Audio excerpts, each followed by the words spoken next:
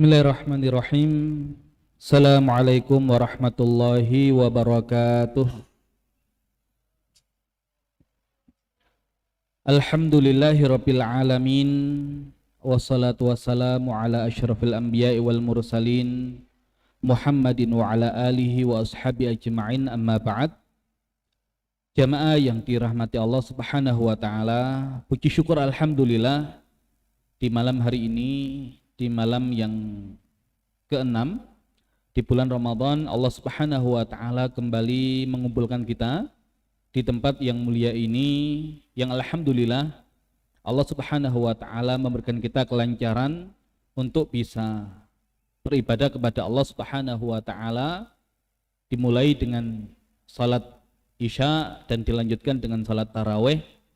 Dan alhamdulillah di malam hari ini Allah subhanahu wa ta'ala juga berikan kita kesempatan untuk sama-sama duduk sejenak mengkaji sejarah hidup manusia terbaik, yaitu Nabi kita Nabi Muhammad sallallahu alaihi wasallam, di mana ini adalah pertemuan yang kedua dari serial Sirah Nabawiyah selama bulan Ramadan ini dari rencana 5 pertemuan.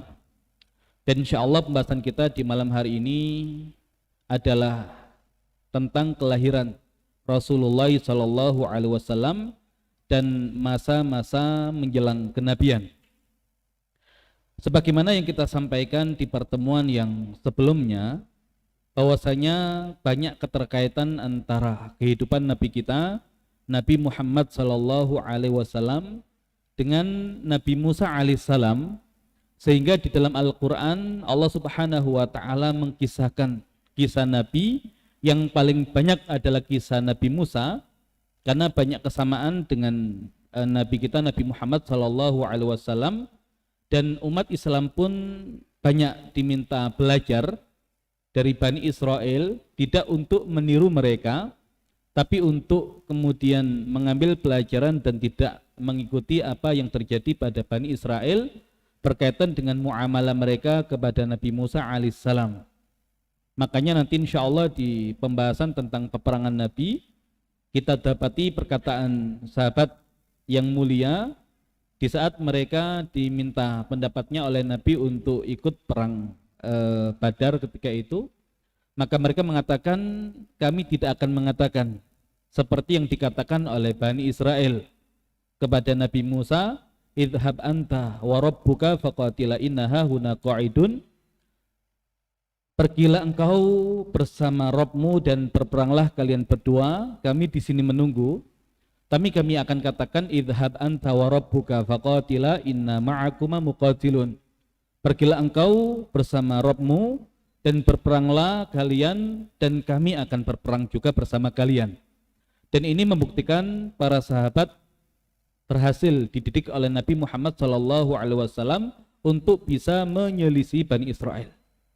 Nah, kalau Nabi Muhammad SAW ada kesamaan dengan Nabi Musa alaihissalam, maka Nabi Musa alaihissalam ini justru berbalik kisahnya dengan Nabi Yusuf alaihissalam. Makanya kalau di surah Yusuf Allah subhanahu wa ta'ala berfirman, nahnu naqussu alaika ahsanal qasas.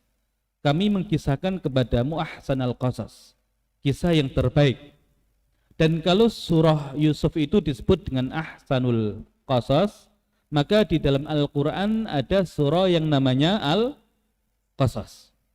Dan justru hubungan antara Nabi Yusuf alaihissalam yang dikisahkan di surah Yusuf Ahsanul Qasas berbalik dengan kisah Nabi Musa alaihissalam yang dikisahkan di kisah yang ada di surah Al-Qasas. Kalau Nabi Yusuf alaihissalam nanti diasuh oleh ayahnya, sedangkan Nabi Musa alaihissalam nanti diasuh oleh ibunya. Nabi Yusuf alaihissalam dijauhkan dari ayahnya oleh saudara-saudara laki-lakinya, tapi justru Nabi Musa alaihissalam dikembalikan kepada orang tuanya oleh saudari perempuannya. Nabi Yusuf alaihissalam, jazakallah khairan, dibeli oleh Al-Aziz dan menjadi musuh bagi istrinya. Nabi Musa alaihissalam dipungut oleh Asia dan menjadi musuh bagi suaminya. Nabi Yusuf alaihissalam di penjara bertemu dengan dua orang pemuda.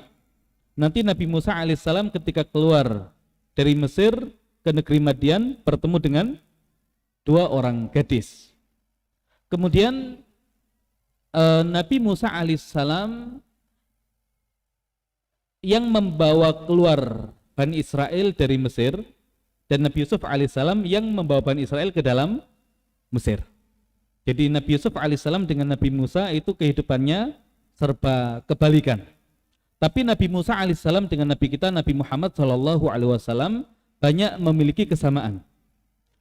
Kalau Nabi kita Nabi Muhammad SAW terlahir dalam keadaan yatim, maka kemungkinan besar hal yang sama juga terjadi pada Nabi Musa alaihissalam. Nabi Musa alaihissalam hidup di masa Fir'aun membuat peraturan setiap bayi laki-laki yang lahir dari Bani Israel akan dibunuh. Namun ketika peraturan itu diterapkan, ya banyak dari anak-anak Bani Israel yang dibunuh, maka muncul kekhawatiran. Kalau semua anak laki-laki dari Bani Israel dibunuh, maka nanti siapa yang akan bekerja untuk orang-orang Mesir? Maka akhirnya diubah keputusannya, 1 tahun dibiarkan hidup, 1 tahun dibunuh. Dan antara Nabi Musa dengan Nabi Harun, mana yang lebih tua? Nabi Musa atau Nabi Harun? Di dalam Al-Quran, ketika para penyihir yang nantinya beriman, mereka menyatakan keimanannya dengan mengatakan Rabbi Musa wa Harun. Tapi nanti ada Rabbi Haruna wa Musa. Kadang didahulukan penyebutan Harun, baru Musa. Kadang Musa dulu baru Harun. Di surah Al-A'raf dan di surah Asy-Syu'ara disebutkan Musa dulu baru Harun. Tapi di surah Thaha disebutkan Harun dulu baru Musa. Kalau kita hanya mendalami sekilas, mungkin kita akan mengatakan karena surah Al-A'raf dan surah Asy-Syu'ara itu belakangnya kebanyakan diakhiri nun, maka lebih cocok kalau Harun yang ada di belakang. Tapi kalau surah Thaha, belakangnya itu adalah alif maksurah, alif bengkok. Thaha ma anzalna 'alaikal qur'ana litashqa illa tadhkiratan liman yakhsha, dan seterusnya. Maka nggak cocok kalau Musa dulu baru Harun, maka Harun dulu baru Musa. Nah itu kalau kita hanya mendalami sekilas. Tapi kalau kita mau mendalami lebih dalam, maka di situ ada petunjuk. Urutan dalam Al-Quran ada 2. Tartib zamani, urutan berdasarkan waktu. Ada tartib rutabi, keturunan berdasarkan urutan berdasarkan kedudukan. Jin dan manusia, mana yang lebih dulu diciptakan? Jin.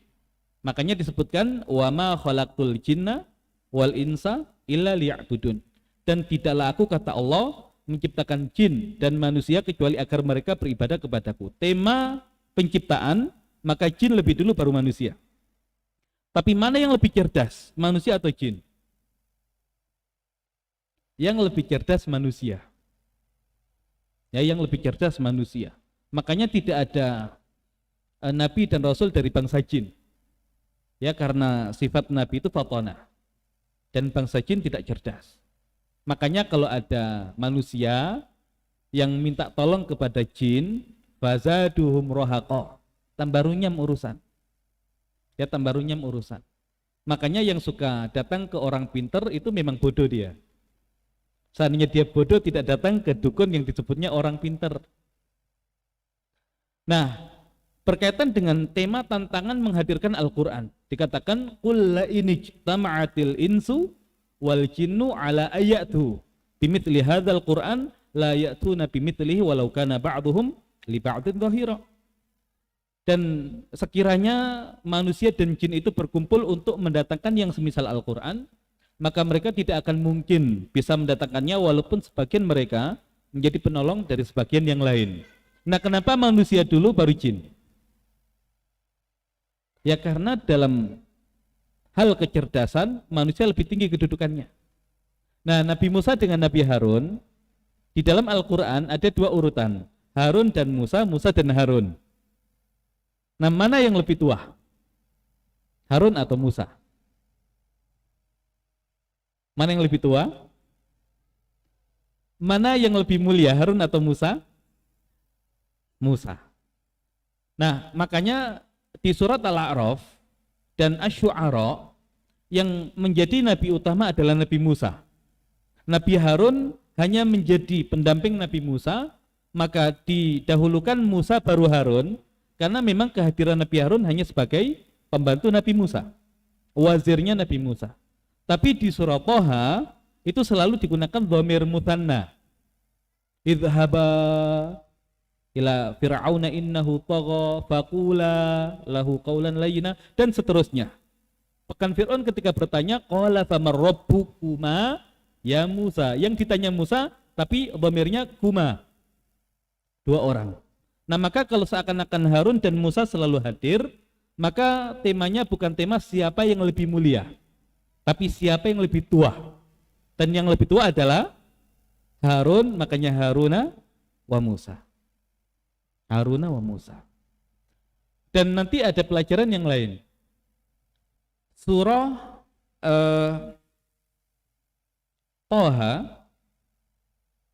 ya terdiri dari Tha dan Ha. Maka setiap kata yang ada di surah Thaha itu nanti identik dengan Tha dan Ha. Harun dan Musa, mana yang lebih dekat dengan Thaha? Harun atau Musa? Harun, kan ada hanya. Kalau Musa kan nggak ada. Nah, maka Harun didahulukan karena sesuai dengan huruf muqatta'ahnya, baru Musa ngikut.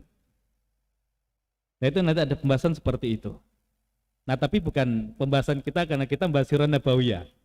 Nah, cuman begini, kenapa sampai Nabi Musa itu tidak ketahuan oleh Fir'aun? Karena memang jarak Nabi Musa dengan Nabi Harun hanya 1 tahun.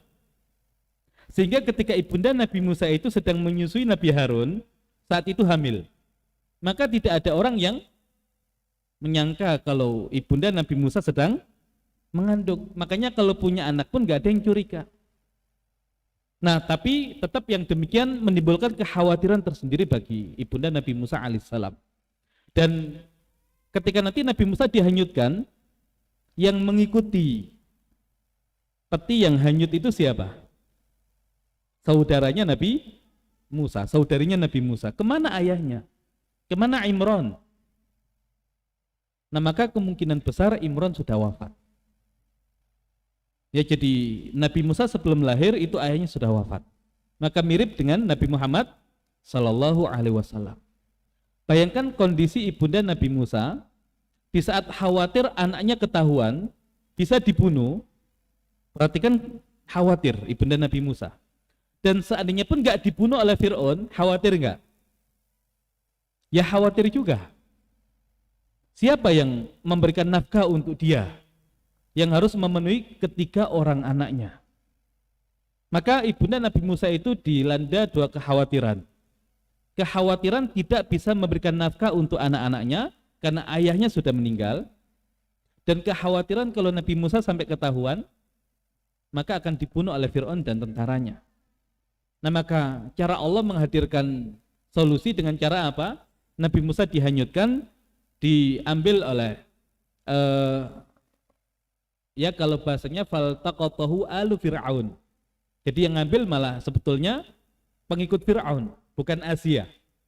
Walaupun nanti ketika Asia melihat, ya maka Asia merasa jatuh hati dengan bayi ini, maka kemudian dirawat. Nah, hingga akhirnya nanti ketika Allah jadikan Nabi Musa itu tidak mau menyusu dari ibu susuan manapun, baru akhirnya disusukan oleh ibunya sendiri. Dan nanti kalau kita tadabburi, kata al-maradhi' itu juga nanti panjang. Tapi ala kulli hal, akhirnya Nabi Musa disusui oleh ibunya. Nah, ketika ibunya menyusui Nabi Musa, khawatir enggak?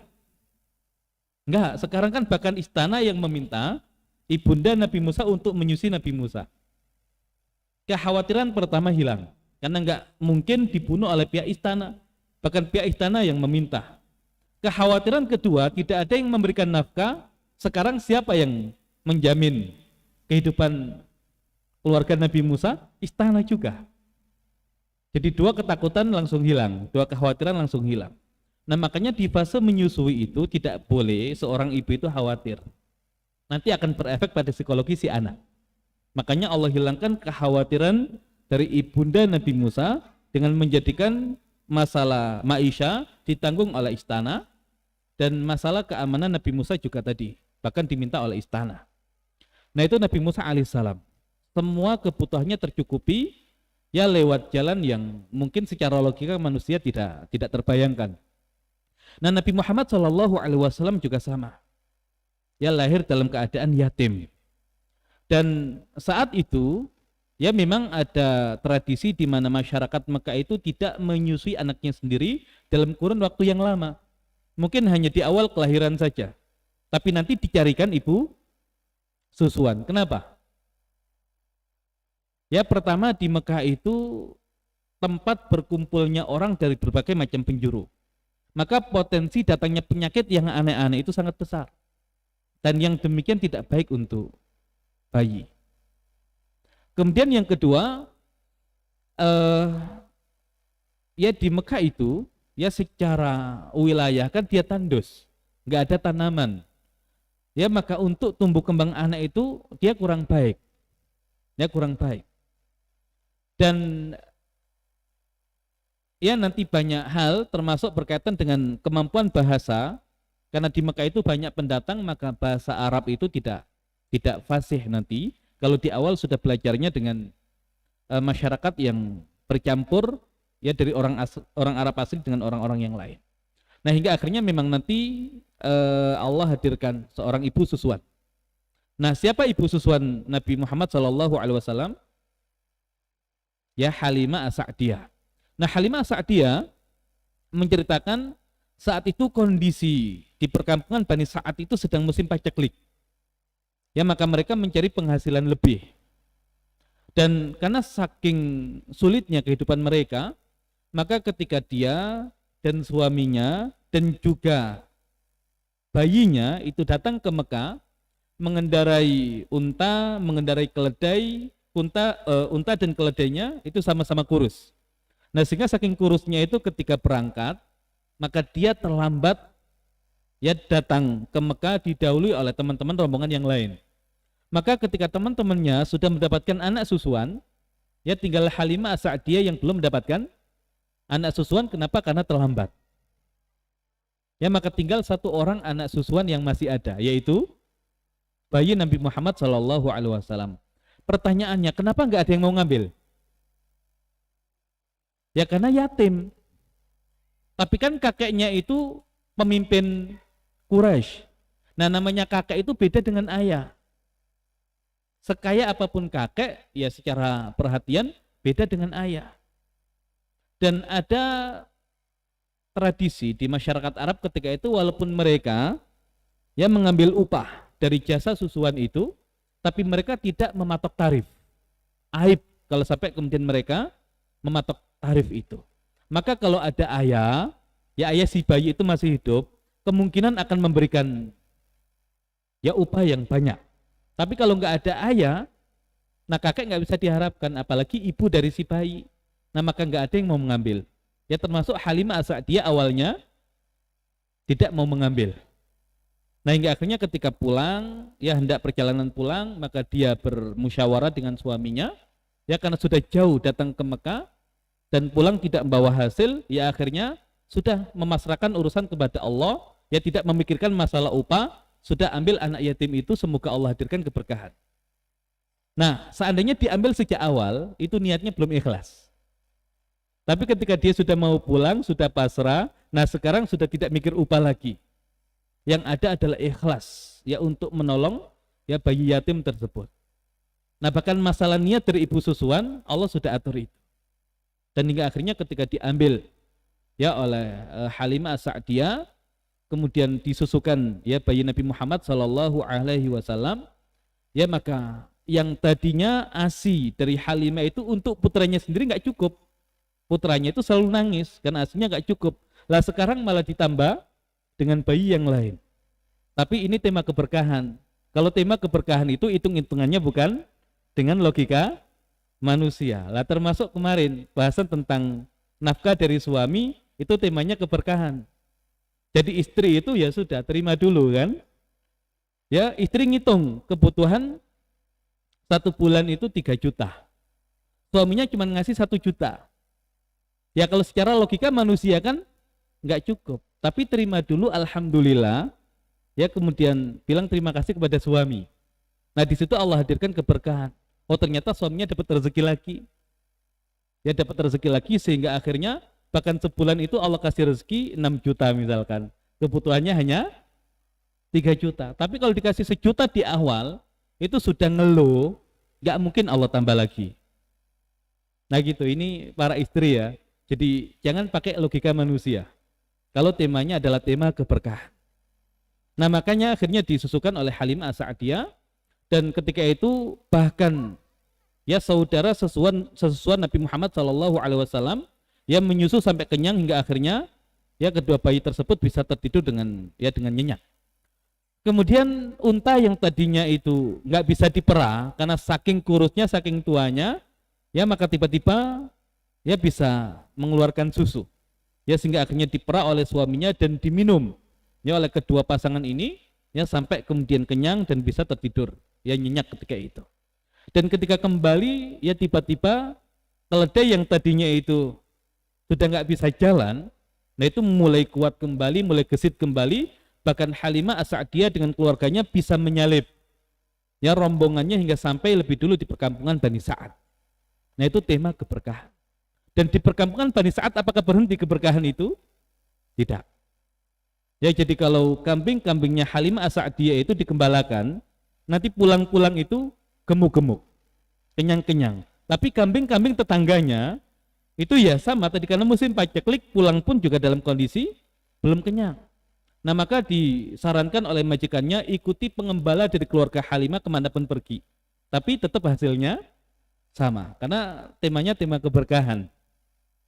Nah berarti ketika di perkampungan Bani Sa'ad sedang musim paceklik, tapi Allah hadirkan keberkahan untuk keluarga Halimah As-Sa'diyah.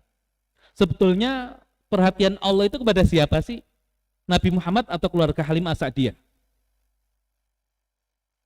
Walaupun yang merasakan keberkahan mereka, tapi sebetulnya tujuan utamanya adalah penjagaan Allah kepada Nabi Muhammad SAW. Bayangkan, ya kalau kemudian bayi ini bayi yatim, kemudian di musim paceklik serba kekurangan, ya maka bisa jadi bayi ini nggak akan diurus dengan maksimal ya oleh keluarga Halimah As-Sa'diyah. Tapi ketika mereka merasakan bayi ini mendatangkan keberkahan dan semua kekurangan mereka serba tercukupi, nah maka seakan-akan mereka memang butuh dengan bayi ini. Nah maka akhirnya memberikan perhatian lebih. Itu di satu sisi, karena bayi itu ya dia tidak hanya butuh nutrisi ya secara kebutuhan fisik, tapi secara emosional ya butuh perhatian yang sangat luar biasa dari ibu susuannya. Tapi ketika sang ibu itu merasakan bayi ini bawa keberkahan dan bahkan keluarganya mendapatkan manfaat, ya maka sangat sayang kepada bayi Nabi Muhammad SAW. Kemudian ketika kambing-kambing tadi keluarga Halimah itu gemuk-gemuk, ya susunya bisa dipera, kemudian keluarga itu secara nutrisi terpenuhi, nah aslinya juga kembali kepada Nabi Muhammad SAW. Sama seperti Nabi Musa, ya keluarganya nggak khawatir masalah maisha, kemudian nutrisi tercukupi, masalah nafkah sudah ditanggung istana. Sama dengan Nabi Muhammad SAW, bahkan yang menanggung langsung Allah Subhanahu Wa Taala. Nah biasanya bayi itu 2 tahun selesai dikembalikan. Tapi untuk Nabi Muhammad SAW, ya karena keluarga Halimah ini merasakan keberkahan yang luar biasa, maka tidak mau ya dikembalikan kepada ibunya. Akhirnya kemudian ya ditawar, diberikan banyak alasan agar kemudian dikembalikan. Lah akhirnya dikembalikan kepada ya keluarga Halimah As-Sa'diyah. Nah anak 2 tahun itu sudah bisa apa? Kan dikatakan Nabi Muhammad SAW di perkampungan Bani Sa'ad, apa yang dilakukan? Apa yang dilakukan di sana?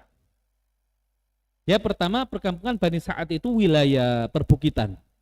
Sehingga kalau main itu mainnya naik turun. Itu menguatkan fisik. Ya, kemudian orang Badui itu kalau mencari tempat tinggal itu yang banyak tanamannya. Nah, berarti mereka akan tinggal di tempat yang memang secara udara itu sejuk karena banyak tanaman. Kemudian secara bahasa mereka itu sangat fusha, ya sangat fasih. Dan juga dikatakan Nabi Muhammad SAW di perkampungan Bani Sa'ad mengembala kambing atau mainan kambing. Ya, Nabi Muhammad SAW di perkampungan Bani Sa'ad mengembala kambing atau mainan kambing. Mengembala atau mainan. Kan kadang di kita itu kan dikatakan Nabi Muhammad itu ketika di sana membantu mengembala kambing. Enggak. Ya, beliau tidak mengembala kambing. Lah anak 2 tahun 3 tahun gimana mengembala kambing? Padahal kalau mengembala kambing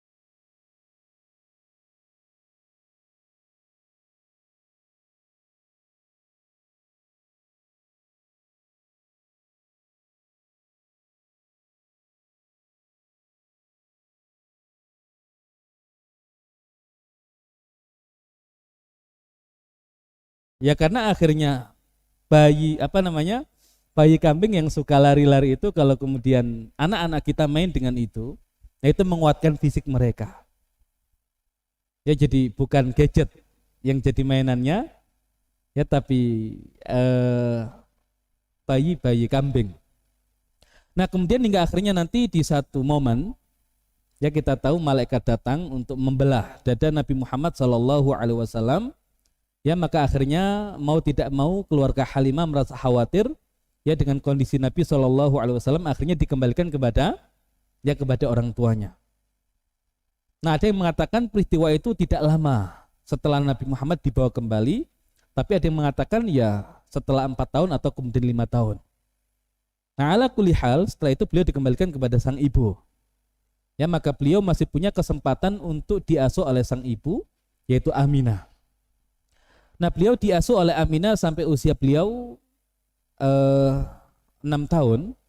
Nah, ketika beliau usia 6 tahun itu menjelang wafat ya dari sang bunda, beliau diajak oleh sang kakek Abdul Muthalib yang ditemani oleh ibunda beliau, yang ditemani juga oleh Ummu Aiman, ya pengasuh beliau, peninggalan budak dari sang ayah.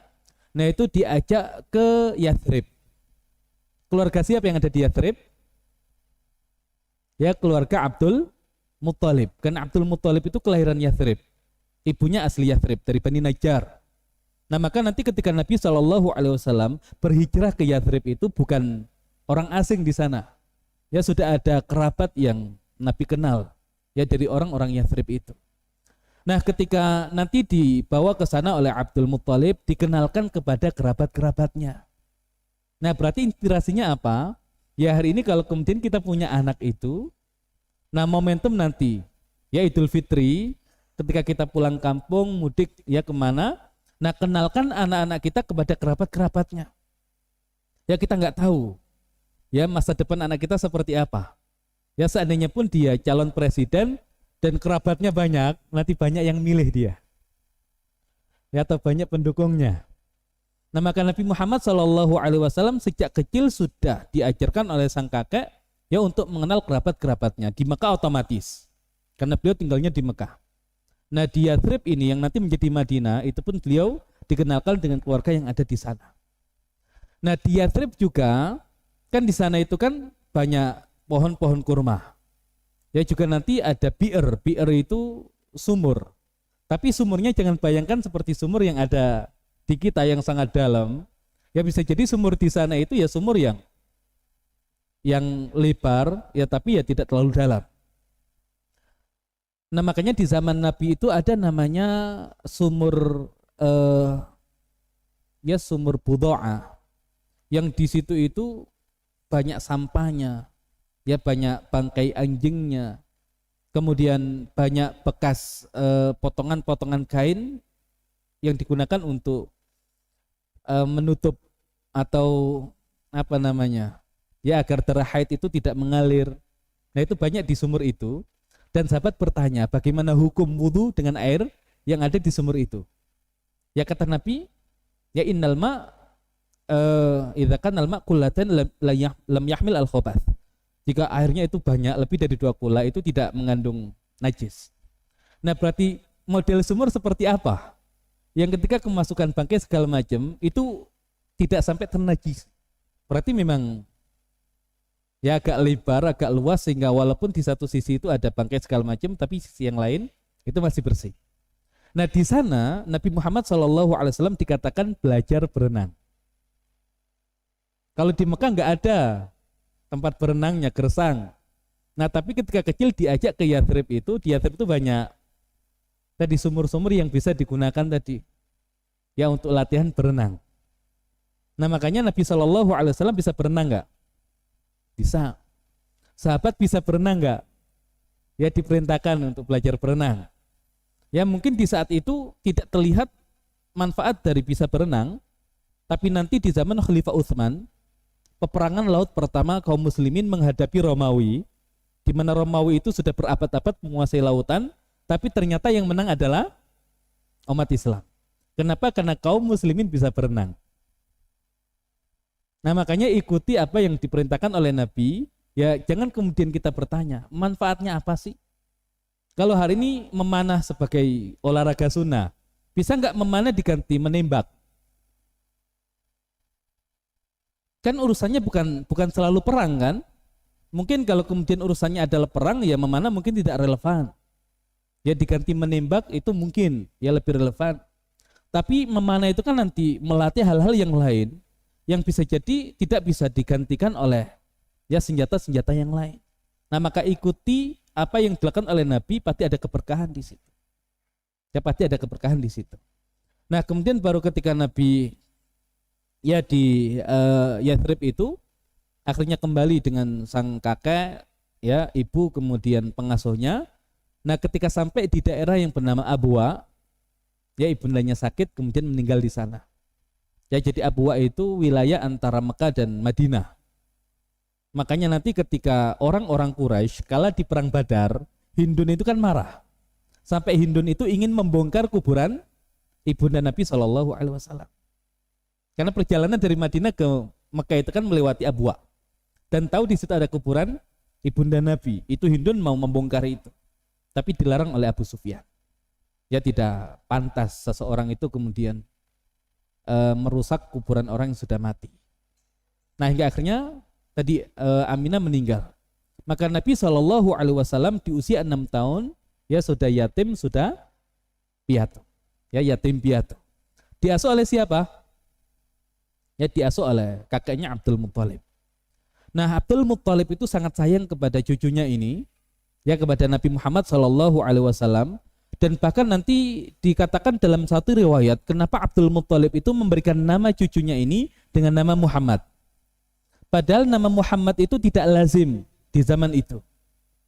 Ya, nama Muhammad itu tidak lazim di zaman itu. Nanti di satu riwayat disebutkan, ketika Abdul Muthalib itu dengan teman-temannya melakukan perjalanan dagang, bertemu dengan seorang pendeta.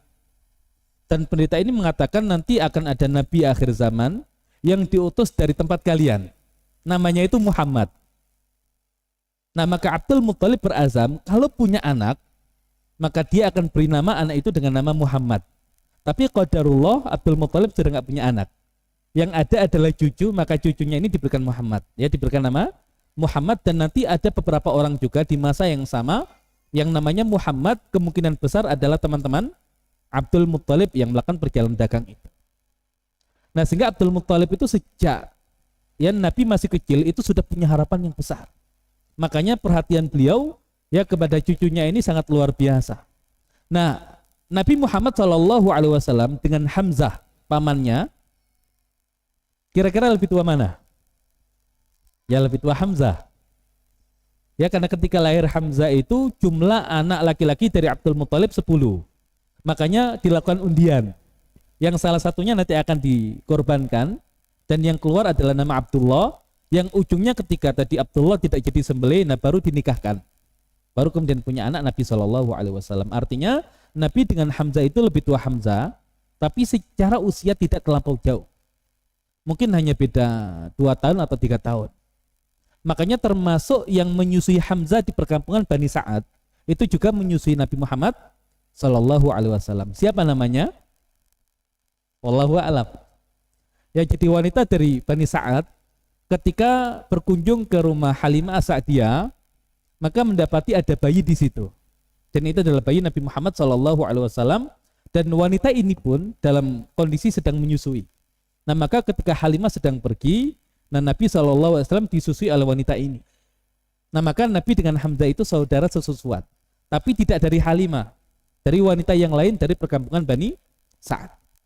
Nah, Abdul Muthalib itu ya punya tempat duduk khusus yang anak-anaknya sendiri tidak ada yang berani duduk di tempat itu. Ya, termasuk Hamzah yang secara usia nggak jauh dengan Nabi. Tapi Nabi Muhammad SAW itu duduk di situ.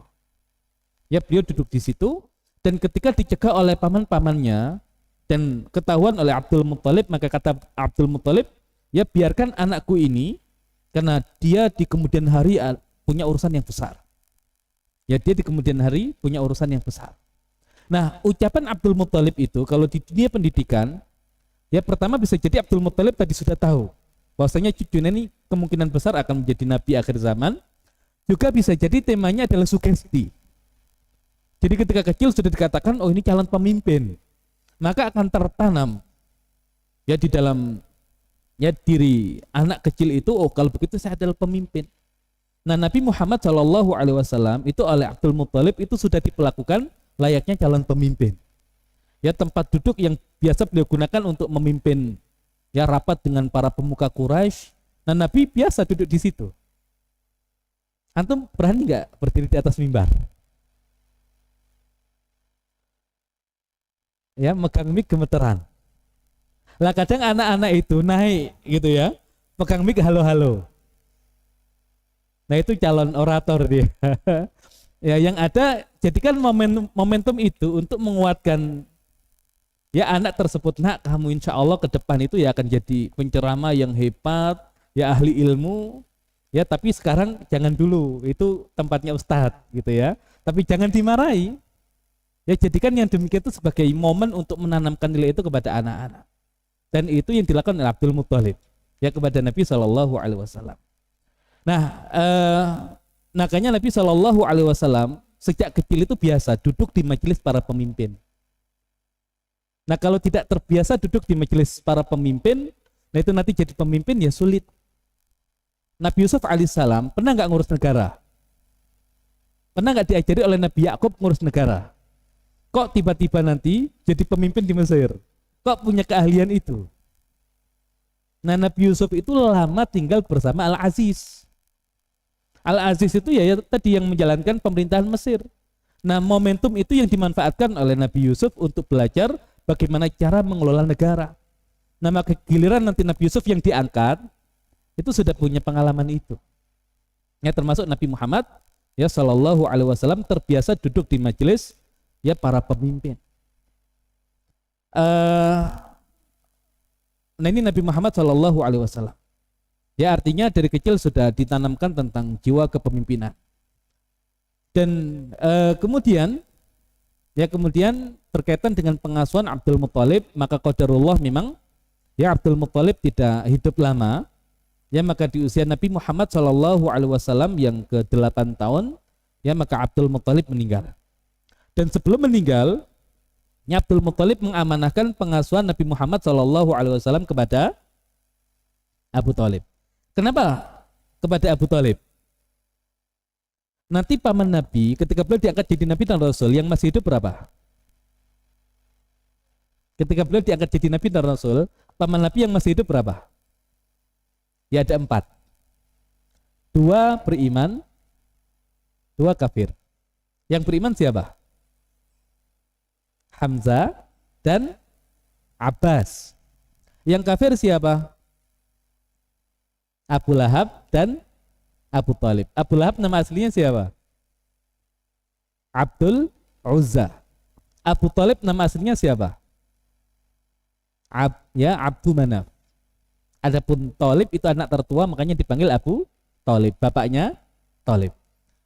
Nah, bedanya apa Abu Thalib dengan paman-paman Nabi yang lain? Kalau Abu Thalib itu saudara kandung Abdullah. Ya, jadi sama bapak sama ibu. Adapun kalau paman-paman yang lain itu beda ibu dengan Abdullah. Artinya secara sayang itu kan jelas beda. Ya karena Abu Thalib ya menganggap Nabi Muhammad ya layaknya anak sendiri. Ya karena anak dari saudara kandungnya. Dan Abu Thalib ini pemimpin, ya pemimpin Mekah yang menggantikan Abdul Muthalib. Nah makanya Nabi Muhammad SAW itu cukup 1 orang pelindung, nggak ada yang berani ganggu. Karena Abu Thalib pelindungnya. Adapun Abu Bakar itu dilindungi 1 keluarga besarnya, Bani Taim. Nah sahabat-sahabat yang lain, nah itu banyak disiksa, diintimidasi karena tidak ada yang membela mereka. Tapi betapa kuatnya pengaruh Abu Thalib, bahkan 1 orang bisa melindungi Nabi Muhammad SAW ya dari para pemuka Quraisy yang lain. Nah Abu Thalib ini pemimpin tapi miskin. Pemimpin tapi miskin. Nah pemimpin itu kemudian merasa mulia karena pemimpin.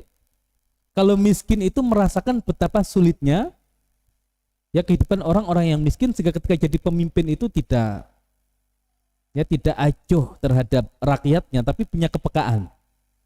Ya, tapi punya kepekaan. Nah makanya nanti kalau kita kaitkan dengan Imam Asy-Syafi'i, secara nasab Imam Asy-Syafi'i itu keturunan Muthalib.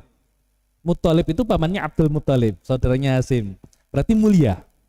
Tapi Imam Syafi'i itu miskin, biasa hidup dengan orang-orang bawah. Nah, mulia secara nasab, tapi hidupnya berat, miskin. Nah, itu cenderung tadi, ya mudah membaur, mudah diterima oleh kalangan manapun, tapi tidak berbuat keburukan karena punya kemuliaan nasab tadi itu.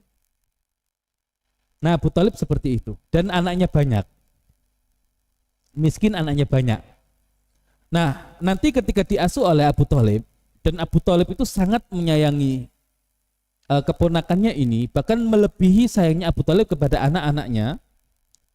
Dan di saat yang sama istri Abu Thalib, ya Fatimah binti Asad, itu juga sayang kepada Nabi Shallallahu Alaihi Wasallam. Makanya Nabi Muhammad itu punya berapa ibu? Ya ibu kandungnya Aminah. Kemudian ada Halimah As-Sa'diyah, ibu susuan. Kalau ibu pengasuh siapa? Ummu Aiman. Kemudian termasuk ibu beliau adalah istrinya Abu Thalib, Fatimah binti Asad. Nah Fatimah binti Asad ini ketika nanti Nabi diangkat menjadi Rasul itu beriman. Makanya anak-anak Abu Thalib itu kebanyakan beriman karena ibunya beriman. Dan nanti ketika Fatimah binti Asad ini meninggal, termasuk di antara sedikit orang yang Nabi sampai turun ke liang lahat, ya untuk memasukkan jenazah Fatimah binti Asad. Ya dengan mengatakan ummi ba'da ummi. Dia ibuku setelah ibu kandungku. Ya kan punya perhatian yang luar biasa. Nah, nanti Abu Thalib anaknya banyak, tapi makanan nggak banyak. Dan biasanya kalau dihidangkan makanan itu anaknya rebutan. Dan asal anak Abu Thalib yang makan duluan, biasanya makanan itu nggak cukup untuk yang lain.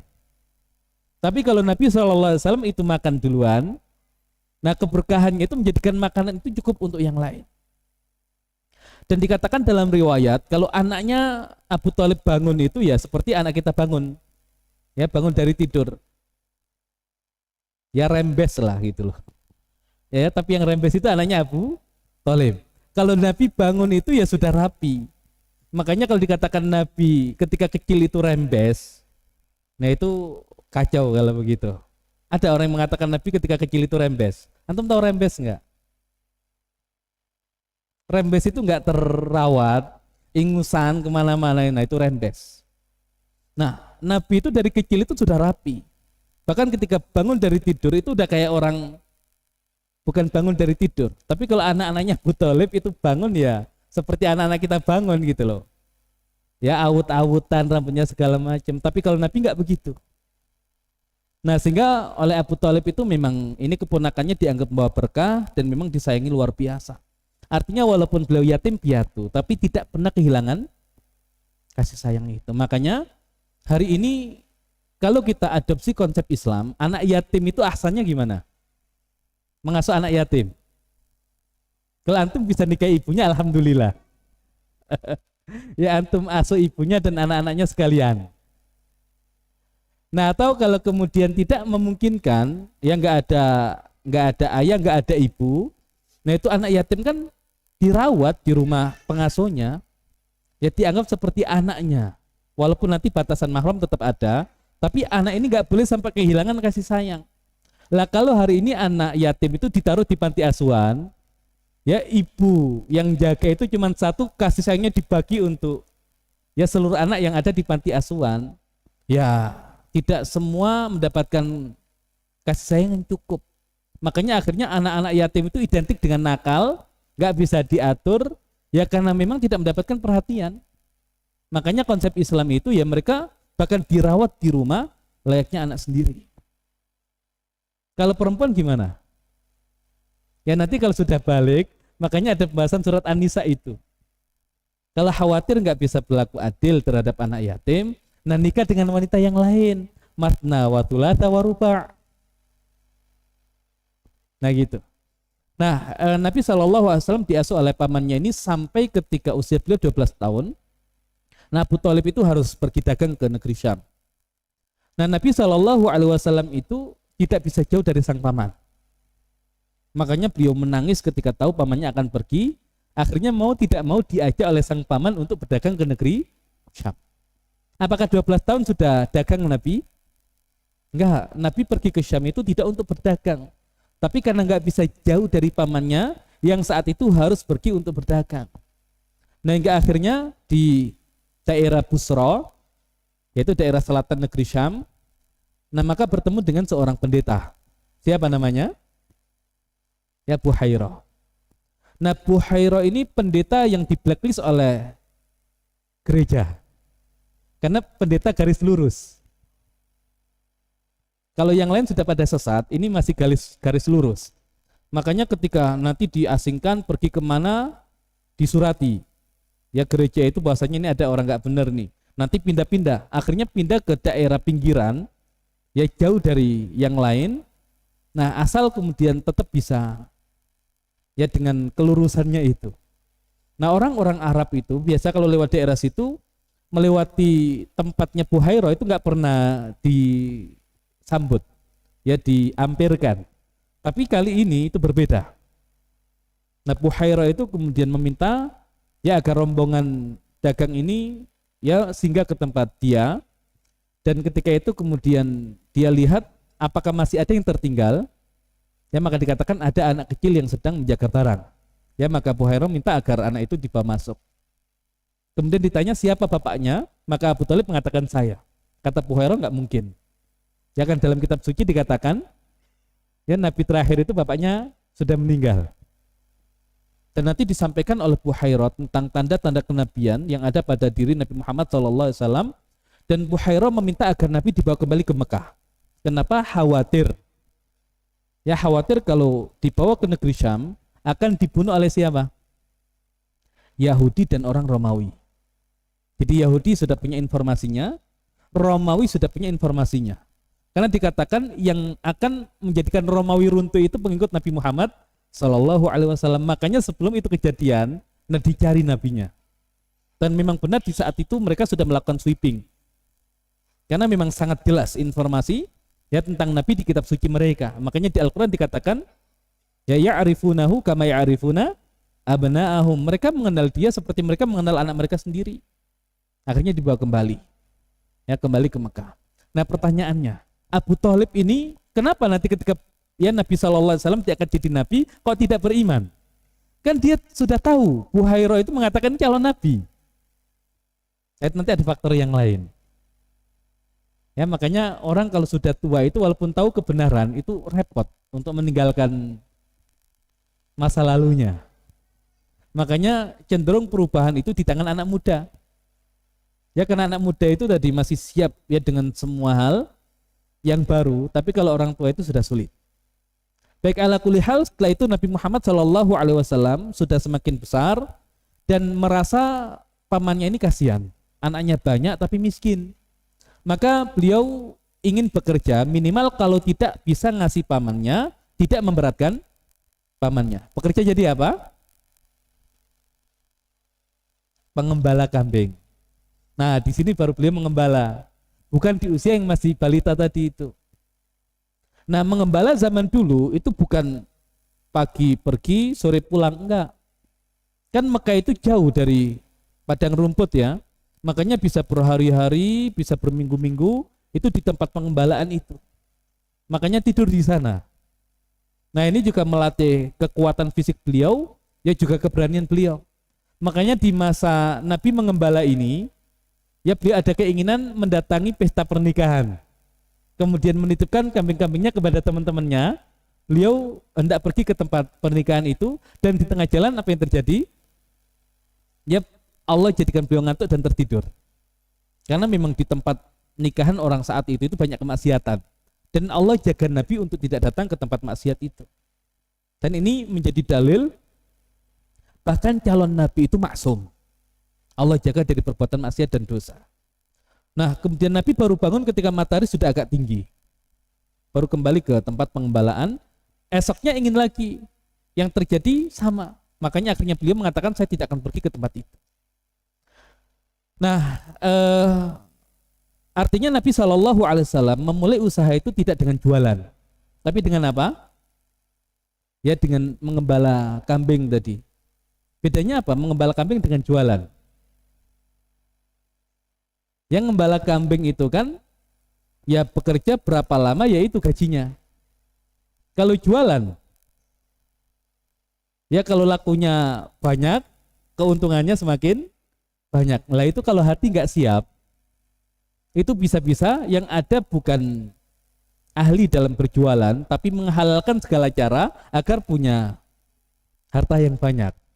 Nah maka kurang ahsan ya kalau anak-anak itu di awal dia diajarkan berwirausaha itu jualan. Kalau bisa dia usaha yang lain dulu untuk menguatkan hati dia. Artinya dia sudah punya penghasilan dan tahu betapa beratnya mendapatkan penghasilan itu. sehingga bisa digunakan dengan maksimal, tapi kalau bisa tidak jualan. Jangankan Islam ya, ini konsep dulu di Nusantara itu, tapi lagi-lagi ini bukan dalil ya, karena di luar Islam kan ada kasta. Makanya kenapa Islam itu yang sudah masuk sejak abad pertama pertama Hijriah ke Indonesia itu tidak menyebar, karena yang bawa adalah para pedagang. Dan pedagang itu secara kasta itu rendah. Yang paling tinggi siapa? Brahmana. Ya, Brahmana itu tadi ahli ibadah. Ya, sudah hatinya itu tidak terikat dengan dunia. Makanya paling tinggi. Bawahnya siapa? Kesatria. Nah, kesatria itu yang mimpin negara, ya, pasukan perang segala macam kesatria. Mereka tidak punya hak kepemilikan harta. Tapi semua kebutuhan mereka dijamin oleh negara. Makanya nggak ada korupsi. Karena mereka tidak punya hak kepemilikan. Nah, baru yang punya hak kepemilikan itu kasta bawahnya lagi. Apa? Waisa dulu ya. Nah, itu pedagang, petani segala macam. Nah, semakin terikat dengan dunia itu katanya semakin rendah. Ya, katanya semakin rendah. Apalagi kalau kemudian memperoleh hartanya semakin ya dengan cara yang tidak halal, nah semakin rendah lagi. Ya, kalau nggak salah begal, yang nyolong segala macam itu apa? Pancala ya kalau nggak salah itu. Dan biasanya kalau zaman dulu itu ada keluarganya yang pernah nyolong, itu di-blacklist semua anggota keluarganya. Makanya nggak bisa. Ya, keluarga yang pernah nyolong itu diangkat jadi kepala negara. Yang ada dicolong semua nanti harta negara itu. Ya, tidak hanya dia tapi keluarganya. Karena punya gen nyolong. Termasuk tadi pedagang itu nggak boleh ngurus negara karena dia biasa jualan. Yang ada nanti dia jual semua aset negara. Makanya tadi yang ngurusnya adalah kesatria. Nah, ala kulli hal Islam tidak sampai sebatas, ya tidak sampai se ekstrim itu. Tetap boleh pedagang itu jadi ya pemimpin ya. Abu Bakar pedagang jadi pemimpin. Umar juga dagang jadi pemimpin. Utsman juga sama. Nabi juga pernah dagang. Tapi ketika hati itu sudah bisa memanage harta, kan Abu Bakar itu ya Allah jadikan harta di tanganku, bukan di hatiku. Nah, makanya ada fase. Ya, anak-anak itu disiapkan agar harta itu tidak ada di hatinya. Tapi kalau sejak awal itu jualan, nah itu pengaruh harta itu luar biasa. Ya, karena semakin dia rajin jualan, harta semakin banyak. Nah, itu akhirnya dia tinggalkan kewajiban yang lain, hanya ngejar harta. Bahkan menghalalkan segala cara, bohong segala macam, nipu asal hartanya banyak. Nah, itu bahaya. Nah, makanya hari ini kalau SD segala macam disuruh jualan, nah itu bahaya. Makanya bisa jadi kenapa negara itu dikit-dikit dijual asetnya. Lah, kecilnya udah diajari jualan mereka. Nah, ini efeknya sampai seperti itu. Tapi boleh nggak anak kecil itu jual beli? Kalau beli silakan, kalau jual jangan. Dan beli itu pun di tema fikih itu rukhsah. Karena syarat sah jual beli itu balik. Tapi untuk beli permen segala macam itu rukhsah. Nah, masa yang rukhsah kita ambil sebagai konsep pendidikan. Kan kalau anak kita sekolah ya, beli permen kan nggak mungkin walinya itu harus datang. Kata penjual permennya, nak kamu nggak bisa beli permen, datangkan walimu. Hanya untuk beli permen kan repot. Makanya itu rukhsah. Tapi kalau jualan yang besar itu nggak boleh. Ya gitu ya. Jadi Nabi Muhammad SAW memulai karir itu dengan menjadi pengembala kambing, menjadi buruh. Nggak ada masalah menjadi buruh di awal. Nah, kemudian nanti di usia 15 tahun terjadi perang. Ya, perang Bijar. Yang dikatakan Nabi SAW turut dalam peperangan itu membantu paman-pamannya mengambilkan anak panah. Jadi beliau belum langsung ya terjun, tapi sudah membantu mengambilkan anak panah. Tapi tetap momennya adalah momen perang. Berarti sudah berani belum? Berani. Tapi disalurkan di tempat yang benar. Ya, kadang hari ini ya anak-anak sekolah itu siap tawuran. Diajak perang nggak berani. Ya, justru tawuran berani, perang nggak berani gitu loh. Nah, ini kan salah penempatan. Jadi harusnya berani malah takut, harusnya takut, nah di situ sok berani. Nah, Nabi SAW di usia 15 tahun sudah berani berperang itu. Dan ini pun yang nanti bukan sekedar melatih keberanian beliau, tapi beliau juga belajar bagaimana teknik peperangan orang Arab. Makanya ketika nanti beliau jadi panglima perang itu, Oh, strateginya luar biasa. Ya, strateginya luar biasa. Walaupun tidak ikut perang, tapi mengamati bagaimana jalannya peperangan itu.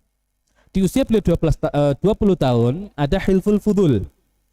Ya, Hilful Fudul itu diceritakan ada seorang dari Bani Zabid, ya, Az-Zabidi, itu datang dengan dagangannya, dibeli oleh Al-As bin Wa'il. Tahu Al-As bin Wa'il? Bapaknya Amr bin As. Nah, itu dibeli dagangannya, nggak dibayar. Nah, karena merasa saya pemimpin kok, dia orang Badui, nah biasanya nggak ada yang bela. Nah, akhirnya Bani Hashim dengan beberapa bani yang lain itu sepakat, kalau ada orang yang didolimi, ya mereka akan membela siapapun yang mendolimi, termasuk pemuka Quraisy. Nah, itu dikenal dengan Hilful Fudul. Ya, di rumah Abdullah bin Jud'an ketika itu. Ya, Abdullah bin Jud'an itu mantan majikannya ya, Suhaib bin Sinan Ar-Rumi. Tahu Suhaib? Nah, ini antum perlu hanya referensi. Baik, nah itu di situ ada Hilful Fudul. Nah, itu semua berbaiat, siapapun yang terzalimi mereka siap untuk membantu.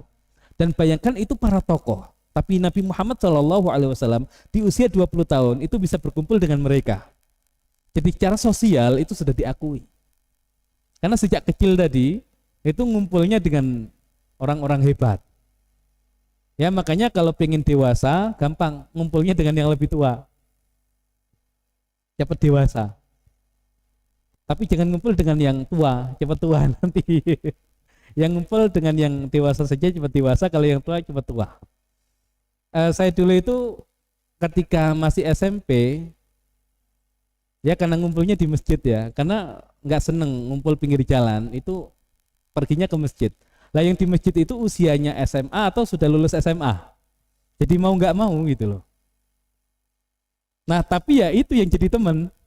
Bahkan dalam banyak hal yang mereka justru kemudian curhat kepada saya. Nah, itu bikin cepat tua. Ya, karena teman-temannya tua. Tapi cara berpikirnya juga melampaui usia.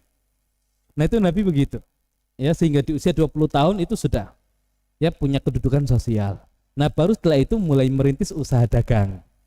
Ya, dengan teman beliau, sehingga akhirnya ketika sudah masyhur keahlian beliau dalam berdagang, nah ada Khadijah. Ya, Khadijah ini 2 kali menikah, 2 kali ditinggal mati. Ya, jadi janda bukan janda cerai, tapi janda ditinggal mati. Beda nggak janda cerai dengan janda ditinggal mati?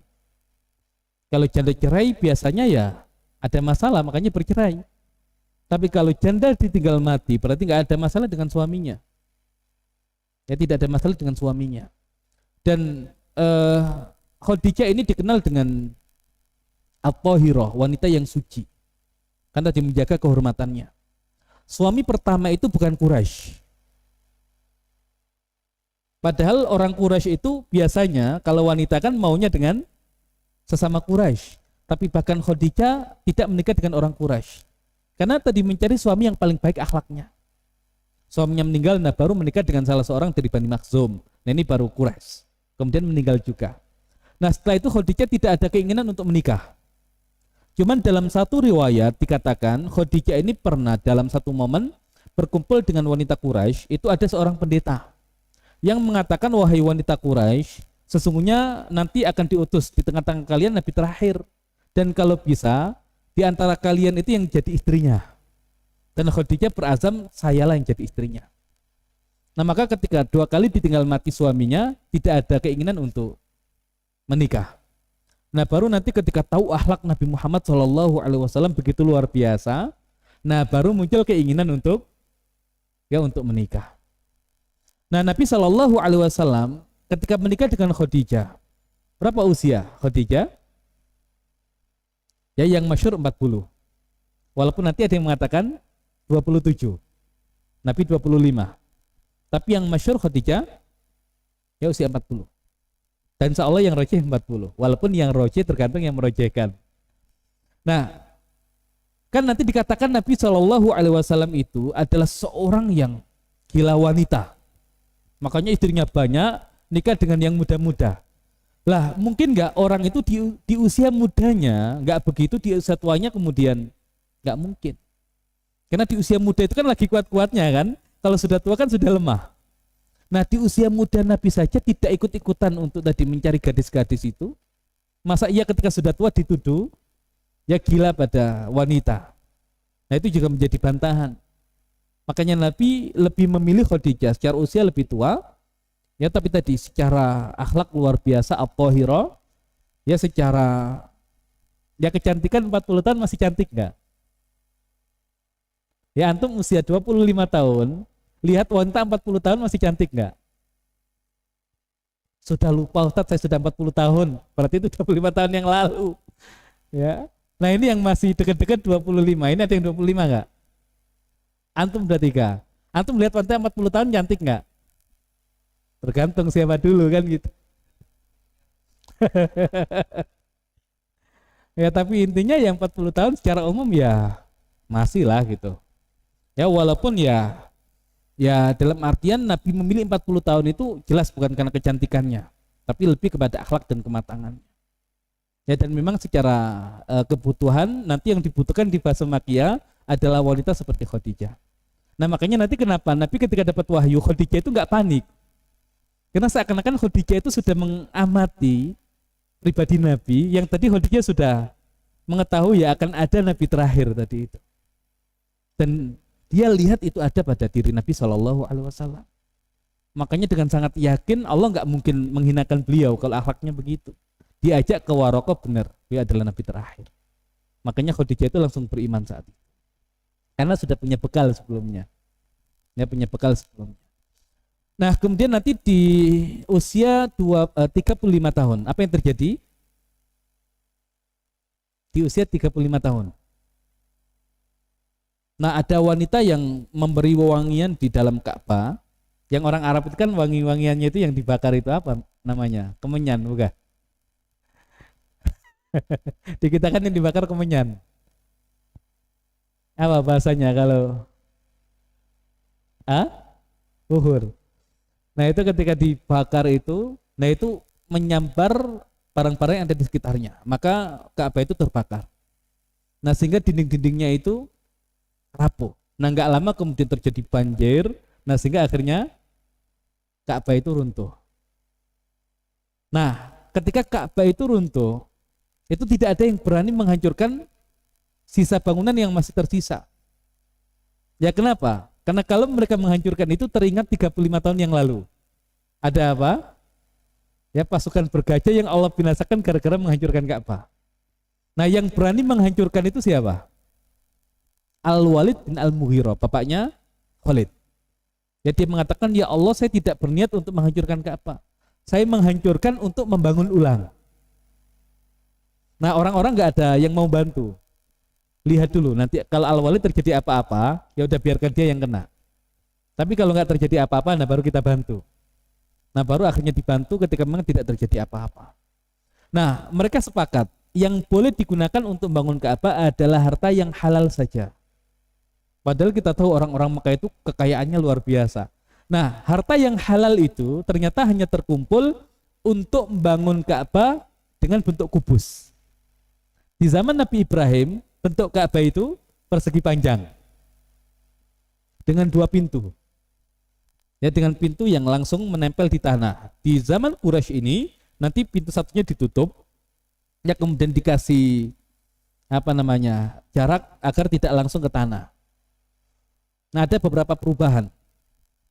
Nah sehingga akhirnya bentuknya itu cuma cukup untuk membangun Ka'bah itu menjadi bentuk kubus. Nah pilihannya bisa bentuk persegi panjang tapi dicampur dengan harta yang haram, atau cukup kubus tapi itu harta yang halal yang thayyib. Dan orang musyrik saja tahu Allah itu tidak menerima harta yang haram untuk bangun rumahnya. Lah kalau sekarang orang korupsi biar harta saya itu barokah, saya sumbangkan ke masjid. Nah, DKM-nya, oh makasih Pak ya atas sumbangannya, nggak ditelusuri ini orang ini halal nggak pekerjaannya gitu loh. Kalau untuk membangun masjid jangan sembarangan, harus jelas sumbernya. Lah orang jahiliyah saja ngerti kok, masa kita nggak ngerti gitu loh. Ya innallaha thayyibun la yaqbalu illa thayyiban. Allah itu maha baik, tidak menerima kecuali yang baik. Nah makanya akhirnya Ka'bah itu bentuknya persegi, kubus. Nah nanti Nabi menyampaikan kepada Aisyah, kalau seandainya bukan karena kaum, ya Nabi itu yang baru masuk Islam, Nabi ingin membangun Ka'bah sesuai yang ada di zaman Nabi Ibrahim. Nah oleh Aisyah nanti disampaikan kepada keponakannya Abdullah bin Zubair. Nah maka ketika Abdullah bin Zubair jadi pemimpin Mekah, itu Ka'bah dihancurkan, dibangun sesuai dengan hadits Nabi itu. Tapi saat itu sedang perang dengan pasukan Hajjaj, ya dari Bani Umayyah, maka dikatakan Abdullah bin Zubair itu membuat bid'ah, berani menghancurkan Ka'bah dan mengubah bentuknya. Nah akhirnya ketika Abdullah bin Zubair dikalahkan, nah itu kemudian dibongkar lagi, dijadikan kubus lagi. Nanti zaman Harun ar-Rasyid, yang saat itu muftinya adalah Imam Malik, bertanya, wahai Imam Malik, boleh nggak ini Ka'bah dihancurkan, dibangun sesuai dengan hadis Nabi? Kata Imam Malik, jangan. Ya karena kalau kemudian diizinkan, yang ada setiap raja itu, setiap khalifah untuk mendapatkan pengaruh akan bongkar Ka'bah dan akan hilang kemuliaan Ka'bah. Nah makanya akhirnya dibiarkan ya seperti itu. Mungkin setelah itu hanya ada renovasi, tapi kalau pembangunan total tidak. Nah orang-orang Arab itu tidak punya keahlian membangun bangunan dengan batu, karena mereka biasanya buat rumah itu dari entah tanah liat atau yang lain. Nah makanya nanti dikatakan ada seorang budak yang dia ahli bangunan, ada yang mengatakan dari Mesir, ada yang mengatakan dari Romawi. Tapi saat itu memang Mesir dikuasai oleh Romawi. Nah itu yang membantu pembangunan Ka'bah, dan saat itu untuk bangun bangunan yang seperti itu butuh kayu yang sangat besar sebagai penopangnya. Dan qadarullah Allah jadikan ada kapal yang terdampar, yang karam ya, kemudian dihantam ombak. Nah itu terdampar di pelabuhan Jeddah, kemudian diambil untuk dijadikan sebagai. Nah seakan sudah Allah siapkan semuanya. Nah tinggal akhirnya mereka bingung, ini Hajar Aswad ini siapa yang naruh. Nah sampai mau terjadi peperangan hingga akhirnya ya diusulkan oleh Abu Umayyah bin Al-Mughirah, ya ini saudaranya Al-Walid bin Al-Mughirah, siapa yang lewat pintu itu ya nanti dialah yang berhak untuk meletakkan Hajar Aswad. Dan ternyata yang datang adalah Nabi, dan orang-orang mengatakan Al-Amin, Al-Amin Rodina. Kalau ini Al-Amin yang terpercaya kita ridho. Dan ini nanti menjadi bantahan, sebelum jadi Nabi saja mereka sudah ridho loh kepada Nabi Muhammad. Masa iya ketika jadi Nabi dan Rasul tiba-tiba mengatakan beliau pembohong? Yang ngasih gelar Al-Amin siapa? Ya mereka sendiri. Dan seakan-akan di usia 35 tahun itu Allah jadikan Nabi Muhammad itu berada pada puncak ketenaran. Orang-orang mengenal beliau sebagai Al-Amin, ya seorang yang terpercaya, bahkan mereka ridho untuk menyerahkan urusan peletakan Hajar Aswad kepada ya Nabi SAW. Karena di usia 40 tahun, nah akan Allah naikkan lagi level beliau yang menjadi Nabi dan Rasul. Nah kemudian anak-anak beliau dari Khadijah, berapa orang? Ada 6 orang. Anak Nabi keseluruhan berapa? 7 orang. 6 dari Khadijah, 1 dari Maria Al-Qibtiyah, ya budak beliau nanti di fase Madaniyah, ya yang bernama Ibrahim, yang ketika meninggal itu terjadi gerhana. Makanya ada yang mengkaitkan gerhana itu dengan kematian seseorang, yang lebih mengatakan tidak, nggak ada kaitan gerhana itu dengan kematian seseorang. Nah anak beliau yang paling besar adalah Al-Qasim. Makanya nanti ada larangan seseorang itu diberi nama Muhammad dan kunyahnya Abdul Qasim, nggak boleh. Hanya ada satu yang boleh, siapa? Anaknya Ali bin Abi Thalib. Itu pun sudah izin Nabi. Wahai Nabi, nanti kalau saya punya anak, boleh tidak saya kasih nama Muhammad yang kunyahnya Abdul Qasim? Nabi mengizinkan. Nah siapa anak Ali bin Abi Thalib yang namanya Muhammad? Muhammad bin Al-Hanafiyah. Muhammad bin Al-Hanafiyah. Nah kenapa disebut bin Al-Hanafiyah? Ya karena ibunya dari Bani Hanifah, bukan dari Fatimah. Yang nanti ketika Ali berperang, yang sering bantu ayahnya ya Muhammad ini. Makanya dikatakan oleh orang-orang, bapakmu itu tidak sayang kepadamu. Buktinya urusan perang kamu yang ditaruh di depan. Adapun Hasan dan Husain itu dijaga agar tidak terbunuh. Ya berarti gak sayang sama kamu, biar kamu terbunuh, taruh di depan. Ya tapi apa kata Muhammad? Ya karena saya di sisi bapak saya itu seperti tangan. Namanya tangan ya harus ada di depan. Sedangkan dua saudara saya itu seperti mata yang harus dijaga. Yaitu Muhammad bin Al-Hanafiyah. Dan Muhammad bin Al-Hanafiyah ini yang nanti memberikan statement kalau Yazid itu bukan seorang pemabuk. Kan terjadi konflik kan ya antara Husain ya dengan Yazid. Tapi saudara Husain sendiri, Muhammad bin Al-Hanafiyah, mengatakan Yazid itu bukan pemabuk, dan ini menjadi bantahan orang yang menjelek-jelekan Yazid ketika itu. Walaupun memang ada problem ya saat itu, tapi intinya untuk Yazid itu banyak beberapa riwayat yang terlalu berlebihan. Al-Qasim. Kemudian nanti ada namanya Abdullah. Ya, yang laki-laki, yang Abdullah ini gelarnya At-Thahir atau At-Thayyib. Kenapa gelarnya At-Thahir atau At-Thayyib? Karena lahir di masa kenabian. Walaupun juga meninggal. Kemudian yang perempuan nanti ada Zainab menikah dengan Abul As. Kemudian Ruqayyah menikah dengan Utsman. Nanti ketika meninggal Ummu Kulthum juga dinikahkan dengan Utsman. Makanya gelarnya Dzunurain. Kemudian baru Ali bin Abi Thalib nanti menikah dengan Fatimah.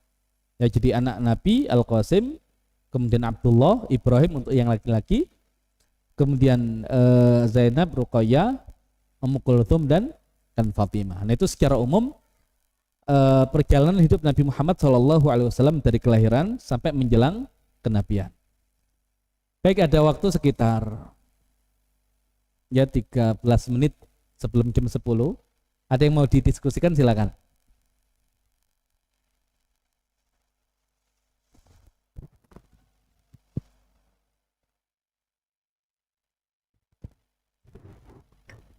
Ada yang mau bertanya? Atau sudah jelas, bisa dipahami? Atau nggak jelas sama sekali? Sampai bingung mau bertanya apa, kan gitu. Kan nggak bertanya itu ada dua kemungkinan. Sudah sangat paham, nggak paham sama sekali sampai bingung mau nanya apa, kan gitu. Cuman saya husnudzonnya, ya antum sudah paham. Baik, silakan.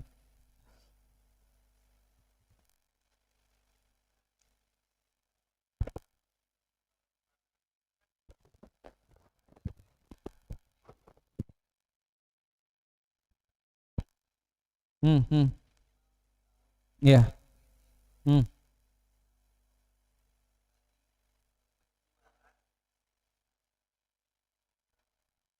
Hmm.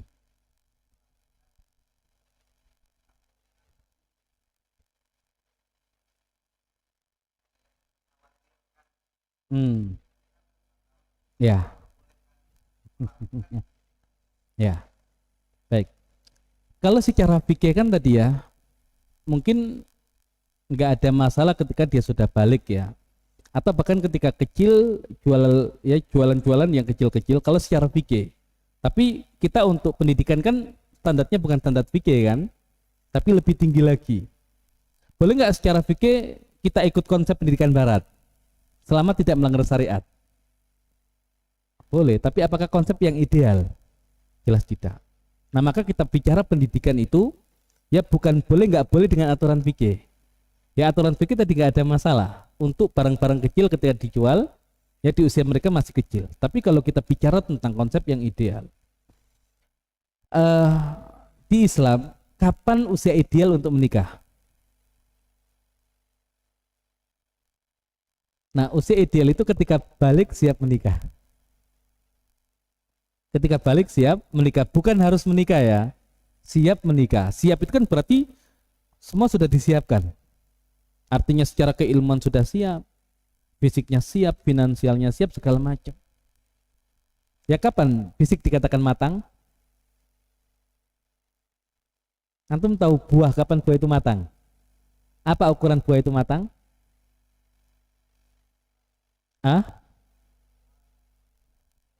Beda warna.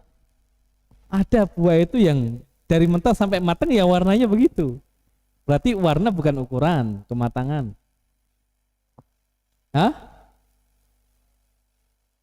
Bentuknya. Memang kayak gimana kalau yang matang? Iya, tapi kan nanti kan sebelum matang itu kan ya bentuknya sudah mirip kan? Ya kan nggak mungkin perbandingannya itu dari kecil sampai gede kan? Ya karena ketika sudah agak besar pun kan belum matang juga. Nah, Syekh Asy-Sya'rawi menjelaskan ukuran kematangan itu kalau dari buah itu bisa menghasilkan tanaman yang sama. Ya, ini sebelum ada rekayasa genetik. Kalau hari ini kan kita mau nanam dari biji kan nggak bisa. Kalau dulu dikatakan matang itu kalau bijinya ditanam itu bisa tumbuh. Sama ketika fisik itu matang bisa menghasilkan manusia yang sama. Nah, itu ketika balik.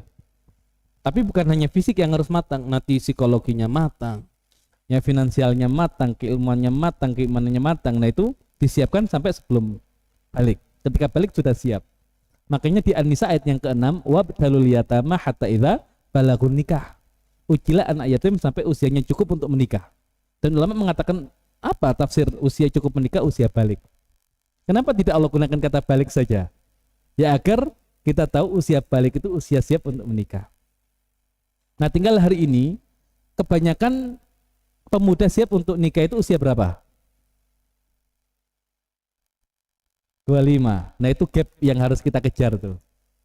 Lah orang kakek nenek kita itu lulus SD berani nikah kok. Jadi itu keluarganya, anaknya banyak. Gitu ya. Nah, minimal tadi menjelang usia balik itu ya tadi dia sudah punya pekerjaan ya, tapi kalau bisa memang agar tidak condong kepada harta, nah itu nyari pekerjaannya yang lebih kepada produksi. Entah menjadi buruh tadi atau kemudian memproduksi sesuatu. Nah, jadi lebih kepada keterampilan. Tapi nanti mungkin ya setelah balik ya sudah agak lama, sudah kokoh hatinya, nah itu sudah bisa mulai masuk di ya ya dagang atau yang lain. Nabi itu kalau dagang sekitar 20 tahunan. Itu beliau baru mulai merintis itu. Ya sebelum itu ya nggak ada masalah ya, mungkin beberapa tahun nggak jauh dari itu, asal kemudian sudah siap. Dan sudah harus ada proses yang sebelumnya itu mengambil usaha yang lain dulu. Jangan langsung menjadi usaha pertama itu adalah jualan. Ya khawatir mentalnya jadi mental penjual tadi. Ya nggak ada yang dijual, apa-apa yang bisa dilihat dijual sama dia. Ya lebih parah agamanya dijual nanti. Gitu. Ya tapi lagi-lagi ini bukan aturan fikih. Ini kalau kemudian kita ingin bicara tentang konsep yang ideal. Ya minimal tadi kalau nggak 20 ya 18 atau 19 lah mulai masuk di ranah dagang tadi, bisnis. Baik, ada yang lain? Baik, Tatago silakan.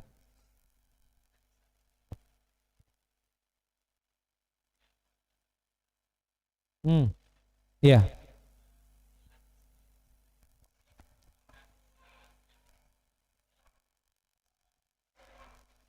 Hmm.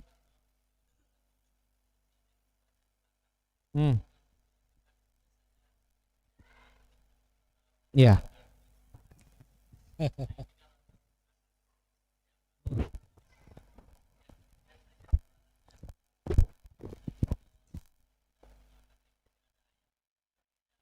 Ya. Hmm. Hmm. Ya. Baik, ya jadi pendidikan beda dengan pengujian ya. Kalau menguji itu fase setelah pendidikan. Berarti harus dididik dulu, baru kemudian diuji. Kan nggak mungkin sekolah itu langsung ujian di awal. Belum pernah dididik sama sekali. Nah, anak yatim di sini apa sih yang diuji? Diuji apakah mereka sudah siap menerima harta orang tuanya. Jadi kan anak yatim itu nanti hartanya dipegang oleh walinya. Nah, wali ini menguji kedewasaan anak yatim itu ketika sudah siap ya punya rusyd kedewasaan untuk dikembalikan hartanya. Nah, berarti sebelum diuji itu, sebelumnya sudah dididik tadi tentang konsep harta itu. Nah, menjelang usia balik itu nah sudah mulai diuji tadi. Sehingga nanti ketika usia balik sudah dewasa nah bisa diberikan. Nah, jadi apakah ini khusus untuk anak yatim? Ya tidak juga. Termasuk anak-anak kita. Ya, tapi tadi diuji dikasih harta itu tidak untuk jualan, tapi untuk membeli. Ya dalam artian diajarkan, nah harta ini digunakan untuk ini dan ini. Nah kemudian dikasih harta untuk menguji dia, ternyata dia gunakan untuk satu yang memang menjadi kebutuhan dia, nggak ada masalah. Tapi kalau ternyata dia uangnya buat beli rokok, buat beli petasan, buat beli apa, nah belum sanggup ini kalau begini. Bisa-bisa hartanya dikembalikan buat beli ganja, buat beli narkoba nanti. Nah ini kan tadi perlu pengujian itu. Nah makanya bisa anak-anak jenjang SMP itu kan balik hari ini kan nggak harus 15 tahun, bisa lebih cepat kan. Nah minimal di SMP itu nanti untuk uang jajannya itu bukan harian, kasih bulanan. Kalau harian itu biasanya dikasih 5.000, berarti kalau sebulan akumulasinya berapa? Hah? SMP hari ini jajannya 5.000 ya sehari? Atau itu zaman kita dulu? Oh, udah 20.000 sekarang. Itu beda angkot ya. Baik, ya kalau 10.000 lah misalkan. 10 kalau tadi kasih 300.000. Nah ini 300.000 untuk uang jajan sebulan. Nah kita lihat bagaimana dia memanage hartanya itu. Apakah 300.000 habis di hari pertama, atau bahkan dia bisa menyisakan tadi ya di bulan berikutnya itu masih ada dari 300.000 yang. Nah ini bagian dari pengujian itu, sehingga nanti ketika dia diserahkan hartanya itu sudah siap. Nah jadi proses pengujian itu setelah proses pendidikan ya, makanya nggak fair kalau diuji sebelum dididik. Nah gitu. Nanti kalau diuji oleh calon mertua, wahai calon mertua ajari saya dulu. Ya jadikan saya muridmu gitu ya. Nah kalau sudah dijadikan muridnya jadi murid kesayangan, kemungkinan besar diterima nanti. Nah, ya. Jadi jangan langsung minta diuji, tapi jadikan saya muridmu. Baik, ada nggak ulama itu yang tadi menikah dengan anak gurunya? Ya termasuk Ibnu Katsir itu menikah dengan anak gurunya Al-Imam Al-Mizzi. Nah itu sangat sayang dengan Ibnu Katsir, dinikahkan dengan anaknya. Termasuk Sa'id Ibnul Musayyib itu menikah dengan anaknya Abu Hurairah. Lihat tapi Abu Hurairah sahabat. Nah gitu. Nah itu proses pengujian. Begitu ya. Baik, ada yang lain? Ya, silakan.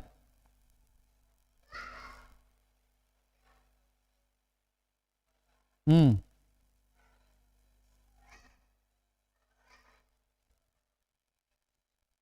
Ya. Hmm.